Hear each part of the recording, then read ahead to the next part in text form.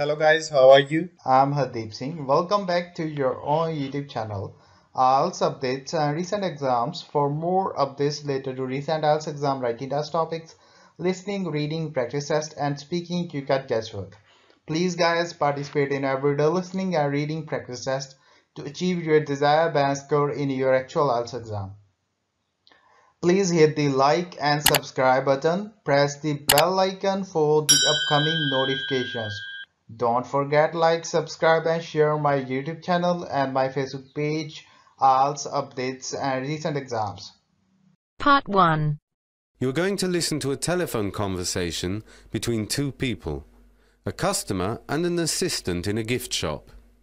First, look at questions 1 to 4.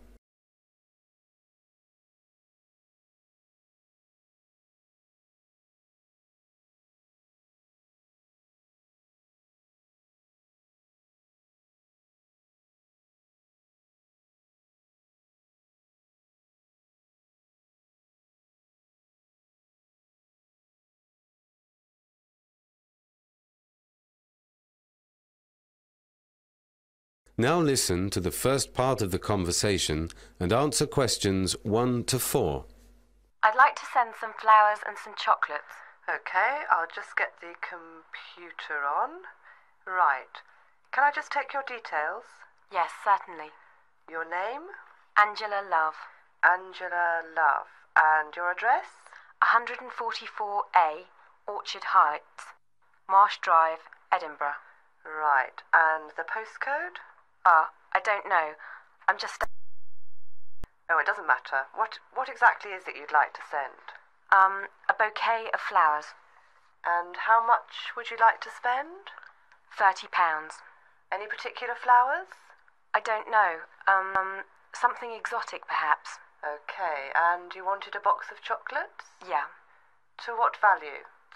Say £25? Right, £25. And the chocolates, what would you like? Dark, white, milk, liqueurs, or a mixture? Well, a mixture, I suppose, but no liqueurs, and more white chocolates than the others. I'll just write this on the order form. Mixture, mostly white, no liqueurs. That's it. And these are to go within Edinburgh? No, they're to go to Cardiff, in Wales. There'll be a delivery charge of £19 for both items, I'm afraid. For both, not each? Yes, that's right. Before the speakers continue their conversation, look at questions 5 to 10.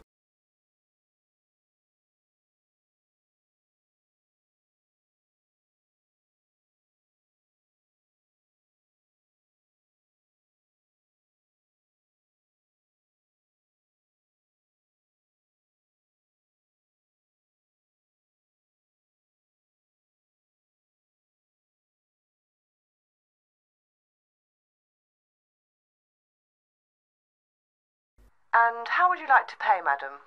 By switch card, if I may. Of course, that's fine. And the number? It's 569000. 569000. 212 897 212897 884 223 884223 7. 7. Can I just check that? 569000 212897 884223 7. Yes, that's it. So the total amount to be debited is £74. Okay. And to whom would you like them sent? To Mrs. Easter. That's Easter? Yes.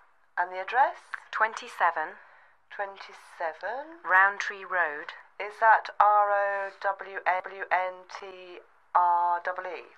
Yes, that's it. Cardiff. Cardiff. CA13 8YU. CA138YU. And did you want any message to go with the flowers and chocolates? Yes, congratulations on passing your test. Just let me know when you're out on the road. Love, Angie. Someone's just passed their driving test then? Yes, my mother. Your mother? Yeah, it's her 6th attempt. Oh, right. That is a cause for celebration. Yes. And when would you like them delivered? The day after tomorrow, between 9 and 11 a.m. That's the 17th in the morning between 9 and 11. I just need to take a daytime contact number. I'll give you my mobile number. It's 0963 371 555. 0963 317... No, 371 555.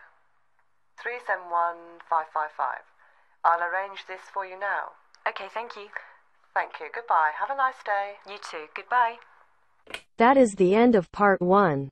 You now have half a minute to check your answers.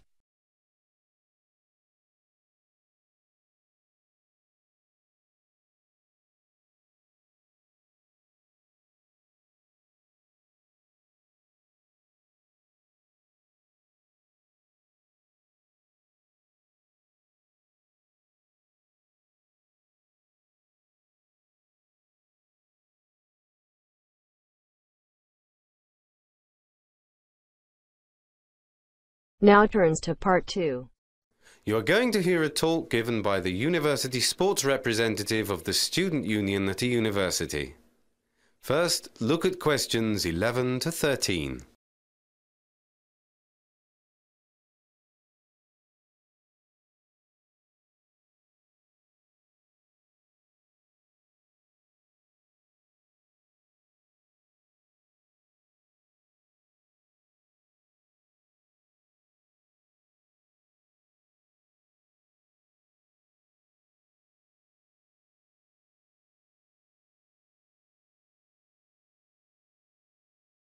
Good afternoon. My name is Mick Clark and I'm the sports rep from the Students' Union. As well as these talks on the university sports facilities, information will be put up on notice boards all over the campus, so you will definitely all know where to find us. Well, as you have probably realised, the university is spread all over the place, and the sports facilities are, I'm afraid, no different. If you look at the map here on the screen, you'll see we're here on Thames Street, opposite the City Library. If you look down at the bottom of this map, on the right, you'll see Burse Road. On the left of the police station, between the shopping complex and the theatre and the Phoenix Theatre, is the University Sports Complex. Before the sports representative continues his talk, look at questions 14 to 17.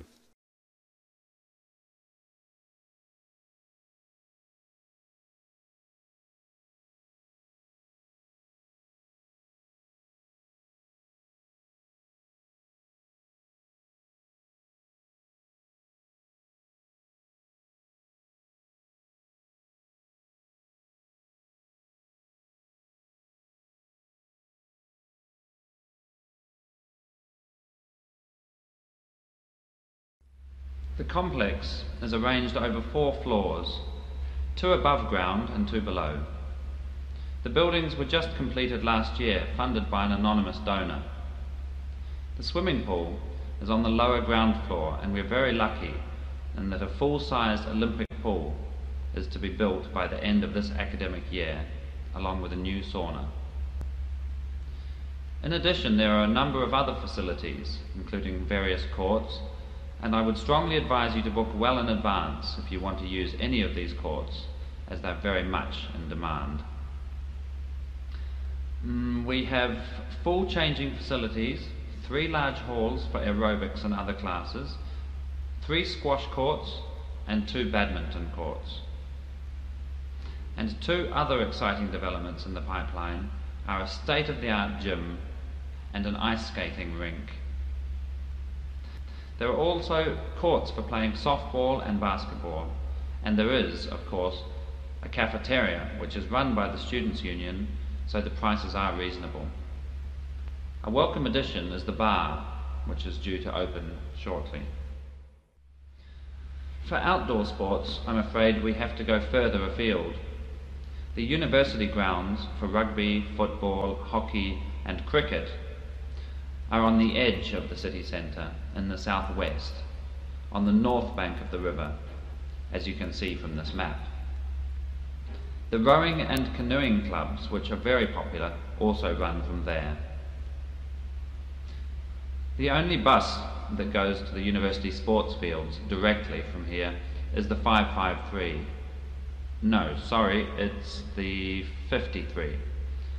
It is fortunately very frequent and runs late into the night. The last buses either way are around 12:30.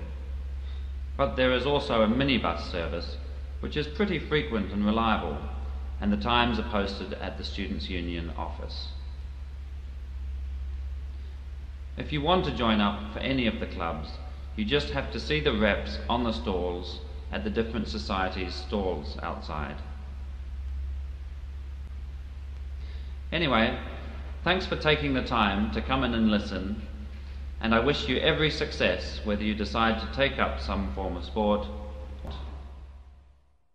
That is the end of part 2. You now have half a minute to check your answers.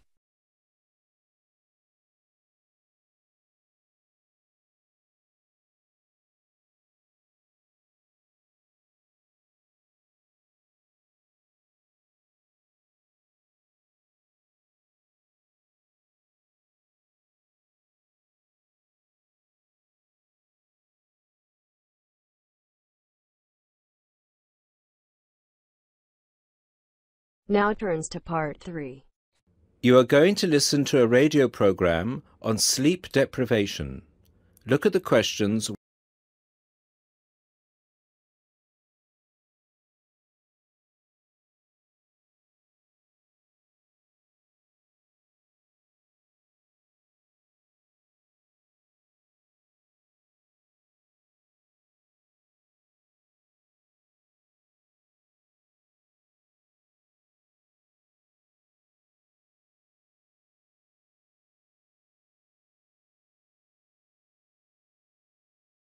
With us in the studio today are Dr. Peter Collins, a senior lecturer in the Department of Psychology at the University of Chicago, and Helen Gardner, the author of the book Deep Sleep. They've come to our studio to discuss the effects of sleep deprivation and also give some tips to the sleep deprived on how to deal with the problem. Welcome to the studio, Helen and Peter. Now, Peter, what are the reasons for sleep deprivation and how can it affect our lives? Well, the research into sleep deprivation started in the late 50s and has been going on ever since.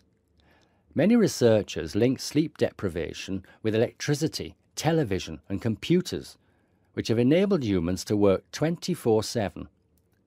Before electricity was invented, people's body clocks were synchronized with the sun's schedule, and the average time they spent sleeping was 8 to 9 hours a night.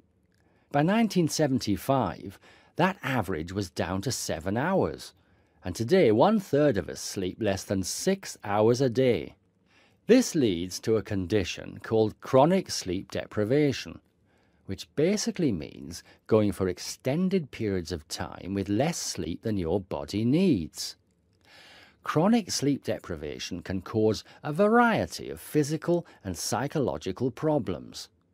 At its most basic level, loss of sleep can make us more irritable and less efficient, and can affect long-term memory and concentration, which can result in more accidents. According to the latest research into sleep deprivation is the main reason for 3% of plane crashes, 10% of domestic accidents, 20% of accidents at work, and 45% of all traffic accidents. Research into the physical effects of chronic sleep deprivation suggests more serious and significant long-term complications. Research from my university, the University of Chicago, has shown that sleep deprivation interferes with how the human body regulates insulin and sugar metabolism, which can increase the risk of diabetes. People who are sleep deprived have weakened immune systems and are more prone to viruses and other kinds of infections. People who don't get enough sleep have cognitive problems or difficulties processing and assimilating new information. Lack of sleep affects long-term memory and slows down such abilities as judgment and reaction times. Some researchers link sleep deprivation with obesity, indicating that sleep disorders and eating disorders are often linked. Now look at the questions.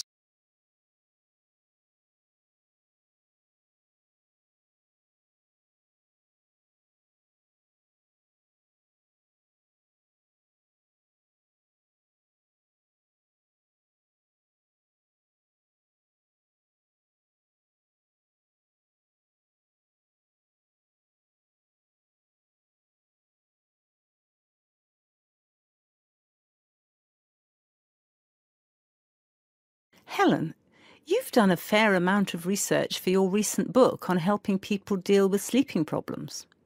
Could you give our listeners some tips on managing their sleep? Well, if you spend several hours a night tossing and turning in bed, trying to fall asleep, you first have to find out how much sleep you need. To do so, you'll need to try and sleep 6 to 9 hours a night. Set aside 3 days for the experiment. It's best to do it on a long weekend or a holiday to ensure it doesn't get interrupted. During the experiment, you should go to bed at the same time every night and give yourself 6, 7, 8 or 9 hours of sleep. Then monitor the way you feel throughout the day to find out how many hours of sleep you need in order to feel your best. Once you find out how much sleep you need, you can work on improving the quality of your sleep. The main secret here is to allow yourself 1 or 2 hours to relax before going to bed. You may want to try and have a warm shower or bath before going to bed. Doing some quiet activities such as reading or filing can help some people relax. A warm drink in bed helps to induce sleepiness.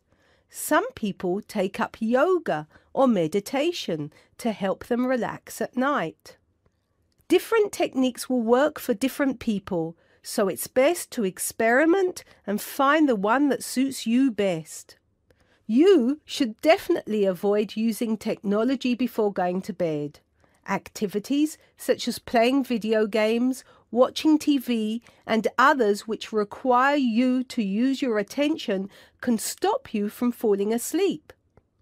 Avoid eating before going to bed.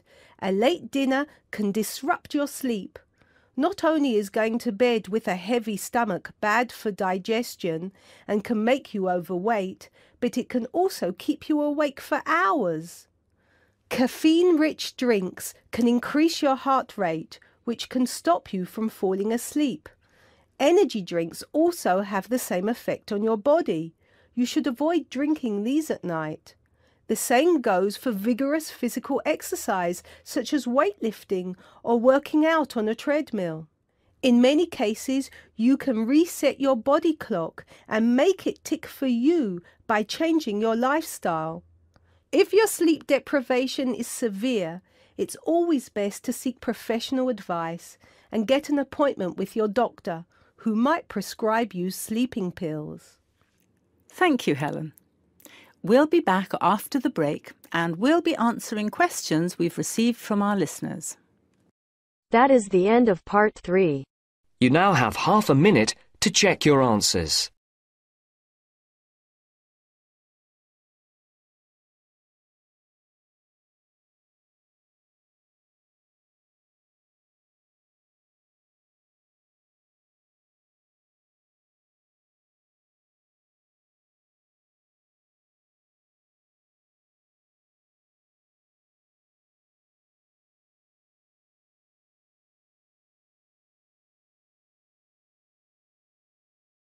Now turns to part 4. You are going to listen to a lecture on language learning. Look at the questions.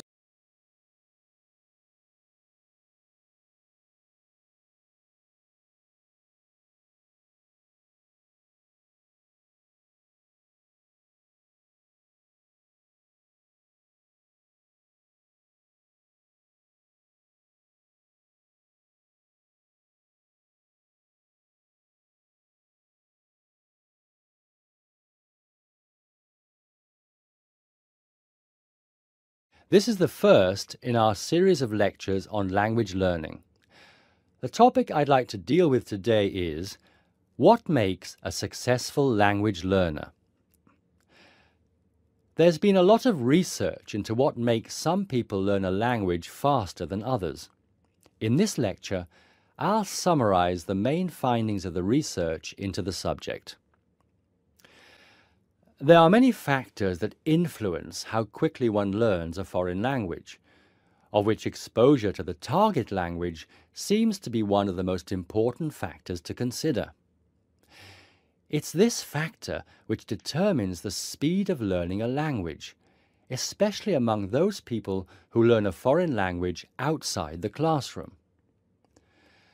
There are more people who did not learn a second language or a third language in the classroom, and I think that understanding how learners successfully learn languages without the help of a teacher can provide us with the key to how to become a successful language learner.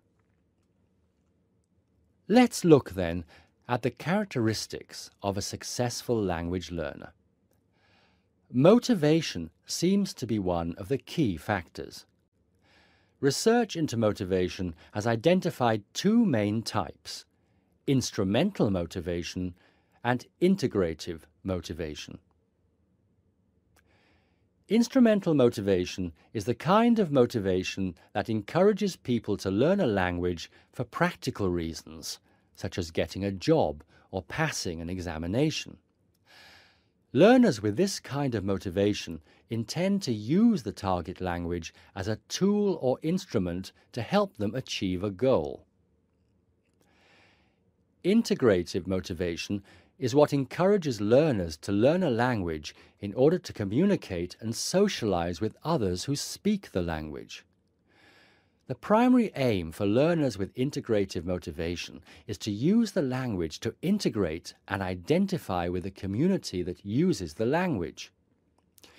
Immigrants, or people who are married to speakers of another language, are motivated in this way. Although most people have mixed motivation, research into language learning and acquisition suggests that integrative motivation produces much better results and is an important characteristic of successful language learners. Personality is another important factor in language learning.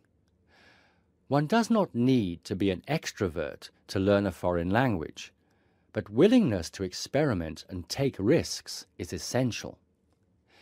Introverted or anxious learners who are afraid of making mistakes find it harder to learn a language. Good language learners will try to experiment with different ways of learning vocabulary or grammar until they find the way that suits them best. Language is a complex system. Successful language learners often design complex learning systems to master a language. They think about how they learn and organize their learning accordingly. They develop their own learning style and use a range of learning skills such as efficient revision techniques, systems for learning and organizing vocabulary, the ability to monitor their own speech, and the ability to plan their learning. Finally, age is another major factor to be borne in mind. Children seem to be in the best position to learn a foreign language rapidly and with the best results. Older learners can also be very successful and become proficient at using a language. Adult learners who make decisions about their learning and are independent of the teacher, who are analytical and aware of how they learn, and who take responsibility for their learning, stand a very good chance of learning a foreign language successfully. That is the end of part 4. You now have half a minute to check your answers. So guys, don't forget like, subscribe and share my YouTube channel and my Facebook page. I also update recent exams. For more updates related to recent IELTS exam writing test topics, listening, reading, practice test and speaking, you got guesswork. Please guys, participate in everyday new IELTS listening and reading practice tests to achieve your desired band score in your actual IELTS exam. For more IELTS material, visit my official website www.ieltsupdatesandrecentexams.com. The link is given below in the description. If you need PDF files of latest IELTS material, then please join my Telegram channel. So guys, please write your score below the comment section. Again, thanks for listening. God bless you all guys. Stay tuned, stay safe.